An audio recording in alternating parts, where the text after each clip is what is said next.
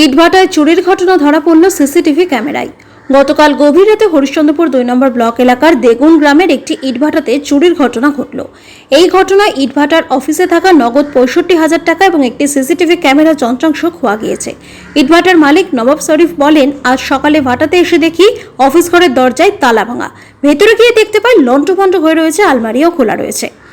আলমারিতে নগদ 65,000 টাকা ছিল, সেটিও খোয়া গিয়েছে। সমস্ত চুরির ঘটনা অফিস ঘরে লাগানো সিসিটিভি ক্যামেরাতে রেকর্ড হয়েছে। তবে আমরা চোরকে চিনতে পারিনি।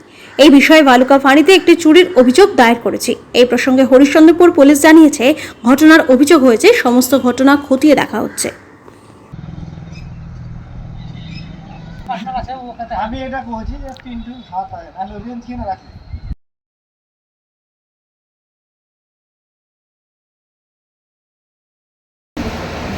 কেটে চলে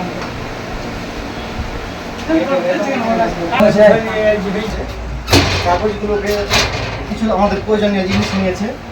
এটাকে আবার মাত্তল দিয়ে খুলেছে, আমরা দেখতে পাচ্ছি।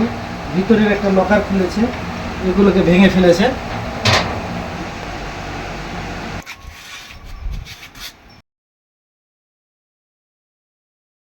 এখানে আমরা সকালবেলায় দেখছি যে আমাদের ভাটার অফিসের তালা ভেঙে কিছু জিনিস মানে টাকা পয়সা, খাতাপত্র আর একটা রাউটার চুরি হয়েছে। সে আমরা সিসিটিভি ফুটেজে ওই যে চুরি করেছে তাকে আমরা দেখতে পেয়েছি। তার ভিত্তিতে আমরা ভালুকা ফাঁড়িতে একটা কমপ্লেন দিয়ে এসেছি। এখনও প্রশাসন আসেনি, আসবো বলে আশ্বাস দিয়েছে। এই ব্যাপারটা আমাদের দেখবে। হ্যাঁ, আমাদের অনেকবারই এখানে চুরি হয়েছে। আমাদের ভাড়াটা আছে ভালুকা জিপির দেগুনে। ভাড়াটার নাম হচ্ছে সোনা ভাটা। না, রাত্রে আমাদের এখানে কেউ থাকে না। আমাদের পুরোটাই সিসি ক্যামেরার আন্ডারে আছে, ওই জন্য আমরা কাউকে রাখি না।